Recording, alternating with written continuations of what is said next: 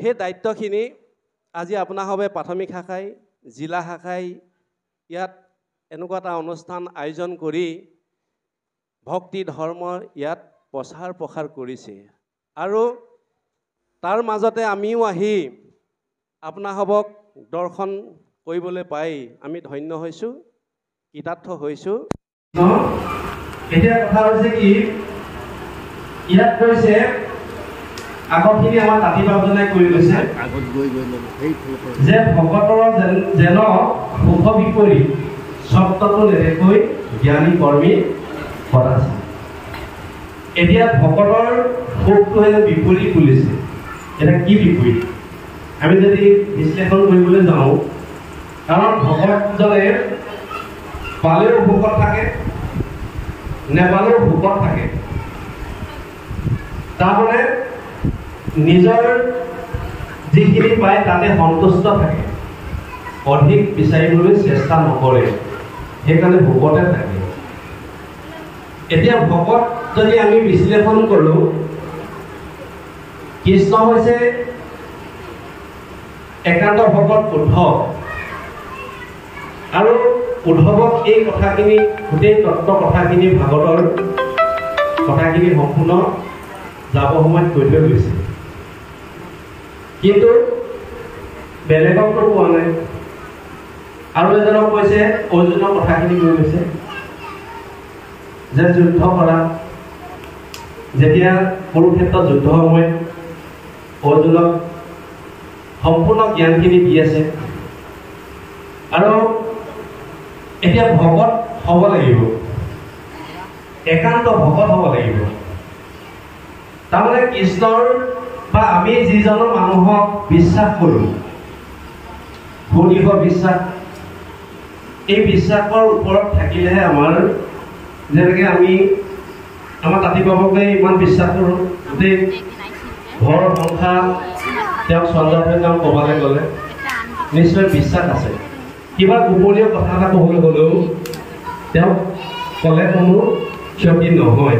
এই যিটো বিশ্বাস, ঠিক উদ্ধৱৰ লগত যিটো কৃষ্ণৰ যিটো বিশ্বাস, তাৰমানে ভক্তিৰ পদে পদে কৰি যোৱা কাৰণে পিছত কথাখিনি মানে ক'বগৈ যে একেলগতে আহাৰ খাইছিলোঁ, তোমাৰ এৰি থৈ যোৱা আহাৰ মই উচ্ছিষ্ট আহাৰ ভোজন কৰিছিলোঁ, একেখন কাপোৰ একেখন বস্ত্ৰ তোমাৰ পিন্ধিছিলোঁ, গতিকে কিমান মহামিত্ৰ আছিল, সেইকাৰণে এই কথাখিনি তেওঁ কৈ গৈছিল। সেইকাৰণে আমি ভকত হ'ব লাগিব।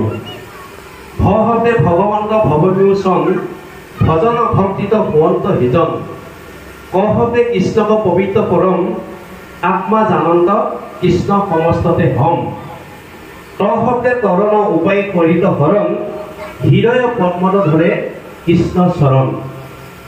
এতিয়া ভগতে কি বুলি ক'লে, হে ভগৱন্ত ঈশ্বৰৰ চৰণ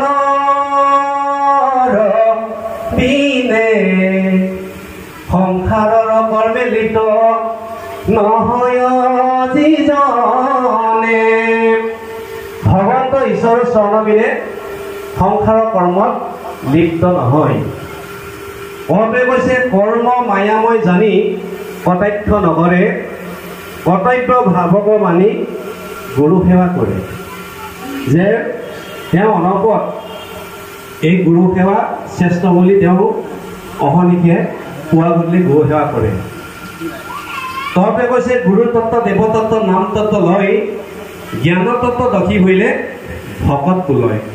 গুৰু গুণ তাঁতি বাবজনাই কৈ গ'ল, যিজন নাৰায়ণে আপোনাৰ মায়া বিস্তাৰ কৰি এই বিনন্দীয়া বিশ্ব সৃষ্টি কৰিলে, ঘন ঘনানন্দ মুনিয়ে যিজনা মহিমা জানি কোনো কালে অন্তৰ কৰিব নোৱাৰে, যিজন সমস্ত পালনকৰ্তা চতুৰ্ণ ব্ৰহ্মা মহাযোগী শিৱ আৰু সুৰপতি ইন্দ্ৰই যাৰ চৰণত অহনিশে সেৱা কৰি আছে, সেইজন পৰম ব্ৰহ্মই কলিত মনুষ্য আকৃতি ধাৰণ কৰি শংকৰদেৱৰ ৰূপে প্ৰকাশ কৰিছে।